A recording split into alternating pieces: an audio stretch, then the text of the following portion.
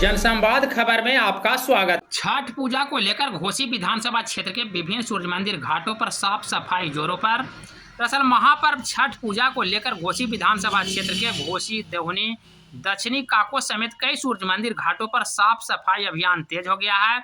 इसको लेकर पूजा समिति के लोग एवं सामाजिक कार्यकर्ताओं के द्वारा साफ सफाई का कार्य किया जा रहा है। बता दें कि महापर्व छठ के दौरान शुद्धता और सफाई का खासा महत्व रहता है, जिसको लेकर हर व्यक्ति सफाई कार्य में अपने को शामिल कराना चाहता है, ताकि छठ पूजा के दौरान पूजा करने को लेकर पहुंचे प्रवृत्तियों को किसी प्रकार की परेशानी का सामना न करना पड़े।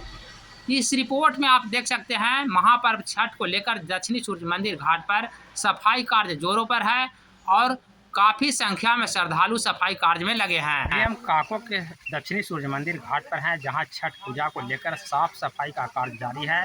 पूजा समिति के लोगों के द्वारा साफ सफाई का कार्य किया जा रहा है। बता दें कि दक्षिणी सूर्य मंदिर घाट पर हजारों की संख्या में श्रद्धालु छठ पूजा को लेकर पहुंचते हैं, जिसके साफ सफाई का कार्य जारी है। आप हमारे पीछे देख सकते हैं किस प्रकार साफ सफाई का कार्य किया जा रहा है। कोसी से पब्लिक बाइक के लिए पंकज शर्मा।